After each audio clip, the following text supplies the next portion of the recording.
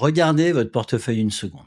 Un ETF World, peut-être des émergents, un peu d'or, quelques obligations. Vous avez fait exactement ce qu'on vous a dit, diversifier, ne pas tout miser sur les États-Unis. Sauf qu'il reste un risque que cette diversification-là ne couvre pas. Aucune de vos lignes ne couvre ce risque. Et depuis mai 2026, ce risque a un nouveau visage. Un homme que la plupart des investisseurs seraient incapables de nommer et qui vient de changer les règles qui fixent le prix de votre argent. Cet homme, il s'appelle Kevin Warsh. Depuis le 22 mai 2026, c'est lui qui dirige la Réserve fédérale américaine, la Fed, la Banque centrale des États-Unis. Il a remplacé Jérôme Powell. Et dès ses premières prises de parole, il a annoncé les mots que les marchés attendaient. Changement de régime. Ce sont ses mots, pas les miens.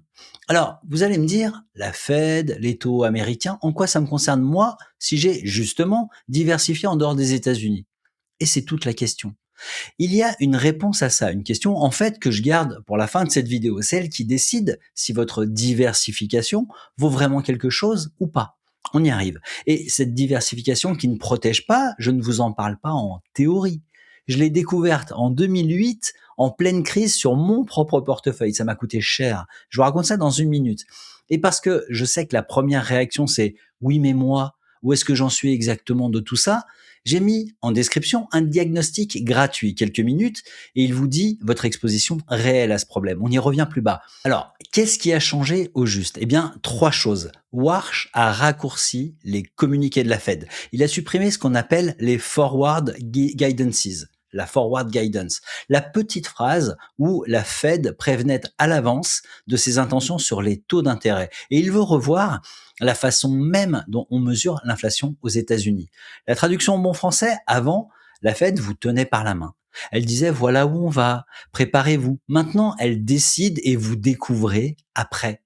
Le pilote a coupé la radio. Alors, une parenthèse, une seule et on repart dans la vidéo. Si je vous demandais là, maintenant, quelle part de votre argent dépend en réalité du dollar, vous sauriez me répondre? La plupart des gens ne savent pas. C'est exactement ce que le diagnostic en description vous permet de sortir gratuitement en quelques minutes. Revenons à votre portefeuille. Pourquoi un changement à Washington irait toucher vos émergents, votre or, vos obligations? Parce que le dollar n'est pas une monnaie comme les autres. C'est le dénominateur. Le mot fait un peu sérieux, mais l'idée est simple. C'est l'unité de mesure de la finance mondiale.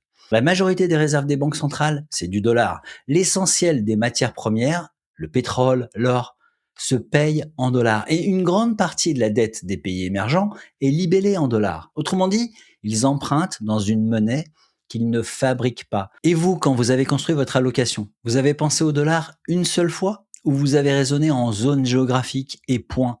Dites-le en commentaire. Je lis tous les commentaires et gardez votre réponse en tête. À la fin de la vidéo, vous comprendrez pourquoi je vous pose cette question précise. Maintenant, je veux être juste avec le conseil qu'on vous a donné, parce que diversifier en dehors des États-Unis, c'est un bon conseil. Vraiment. Le consensus, les médias financiers, les gérants de fonds, les magazines spécialisés, les influenceurs finance le répètent depuis des années. Ne mettez pas tous vos œufs dans le même panier qui est le marché américain. Ce marché est cher, il est concentré, allez chercher de la croissance ailleurs. Et sur ce point, ils ont raison. La concentration géographique, c'est un vrai risque. Si vous étiez 100% action française en 2008, vous avez souffert, je le sais, j'y étais. Mais ce conseil, diversifié en dehors des États-Unis, a une faille, une seule. Et c'est tout l'objet de cette vidéo, je vous montre cette faille dans un instant. Prenez deux exemples que vous connaissez même de loin. L'Argentine et la Turquie. Deux pays, deux continents, deux monnaies. Le peso, la livre turque. Et le même film qui se déroule à chaque fois. La monnaie s'effondre, l'épargne des gens disparaît, les prix explosent. On vous dira, c'est une mauvaise gestion locale. Et c'est en partie vrai, mais creusez un peu. Ces pays étaient endettés en dollars. Le dollar se renforce, leur dette gonfle automatiquement, mécaniquement, toute seule. Et leur économie se brise en mille morceaux. Deux lieux géographiques très éloignés, peu de points communs. Et un seul bourreau aura causé leur perte. Ce bourreau, c'est le dollar. En 2008, mon portefeuille à moi, il était diversifié. Du moins, je le croyais. Des actions françaises, des appartements de rapport en Espagne, du cash en euros. Trois lignes qui n'avaient rien à voir entre elles. Sur le papier, trois wagons différents.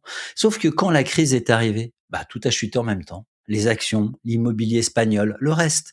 Et là, j'ai compris, ce n'était pas de la diversification, c'était de la concentration déguisée.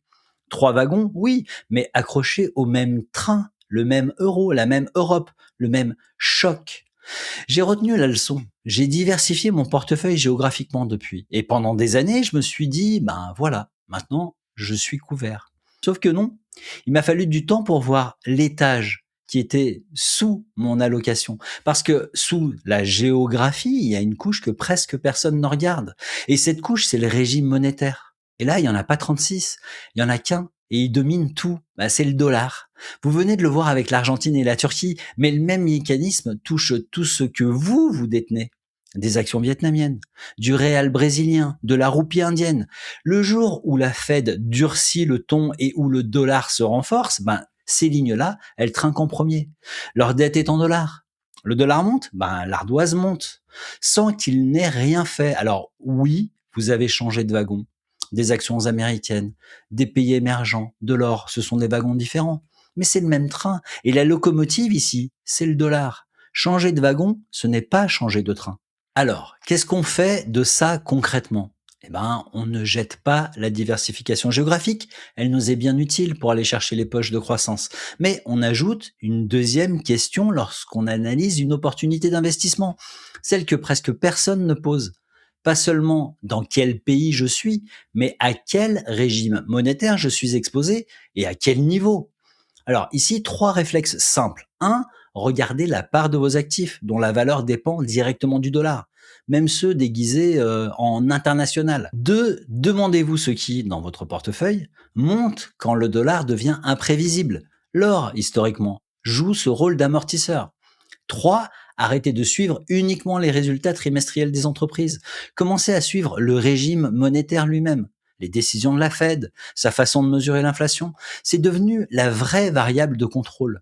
Et à ce moment-là de la vidéo, vous dites peut-être d'accord, mais une banque centrale, ça bouge lentement. J'ai le temps de voir venir.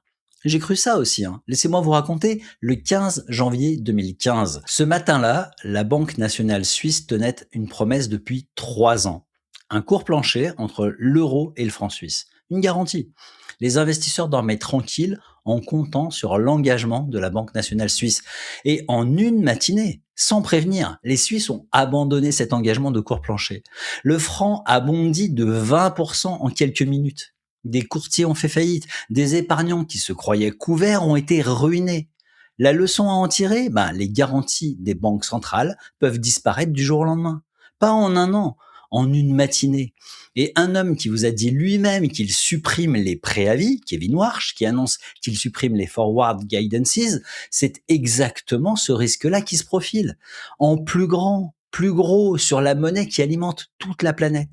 Alors non, je ne vais pas vous dire que je sais ce que Warsh va faire. Personne ne le sait. C'est justement le sujet de cette vidéo. La bonne nouvelle, c'est que vous n'avez pas besoin de le prédire.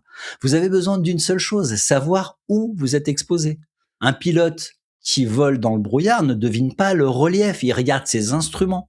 Votre instrument à vous, c'est votre exposition réelle. Et voilà la question que je gardais pour la fin de cette vidéo. Est-ce que vous êtes exposé au dollar sans le savoir? Parce que la plupart des gens n'ont jamais mesuré leur exposition. Et si vous n'avez jamais pensé à mesurer cette exposition, vous n'y êtes pour rien. Personne n'avait intérêt à ce que vous regardiez sous le tapis. On vous a vendu le fait de diversifier à l'international comme une garantie complète, parce que c'était plus simple à vendre. Le mot diversification a fait le reste. Il rassure ce mot. Mais un mot qui rassure n'est pas un mot qui protège. Concrètement, aujourd'hui, quelle est la ligne de votre portefeuille dont vous seriez incapable de dire si elle dépend du dollar ou pas? Une seule ligne. Mettez-la en commentaire, je réponds une par une. On récapitule parce que c'est simple. 1. Diversifier par géographie, c'est bien, mais ça ne vous sort pas du dollar. 2. Le dollar, c'est le dénominateur. Il fixe le prix de vos émergents, votre or, la prime de risque mondiale. 3. Depuis mai 2026, l'homme qui tient ce dénominateur a décidé de rendre ses décisions moins prévisibles. Ce que ça change pour vous? La prochaine fois qu'on vous dira restez diversifié, tout va bien, vous saurez poser la question d'après. Diversifier par rapport à quoi? Et si la réponse s'arrête à la géographie, vous saurez qu'il manque une étape importante à l'exécution. Alors maintenant, la question la plus honnête que vous pouvez vous poser est la suivante. Est-ce que votre portefeuille a ce problème, oui ou non? Vous ne prendriez pas un traitement médical sans diagnostic d'un médecin. En investissement, la majorité agit les yeux fermés. J'ai ajouté en description un diagnostic gratuit. Ce sont 14 questions factuelles, pas faites pour vous flatter, mais pour vous permettre de vous situer en tant qu'investisseur. Ce que vous détenez, vraiment, votre exposition réelle et les 3 points prioritaires à corriger. Ça se fait en quelques minutes et c'est gratuit. Ensuite, ça ouvre une formation gratuite de 7 jours. Et une fois que vous savez où vous êtes exposé, la vraie question suivante, c'est qu'est-ce qui tient quand le régime monétaire, lui, devient imprévisible? Quels actifs vous protègent vraiment sur la durée? J'ai fait une vidéo entière là-dessus, les 4 actifs que je garde pour la prochaine décennie. Elle s'affiche à l'écran. On s'y retrouve tout de suite.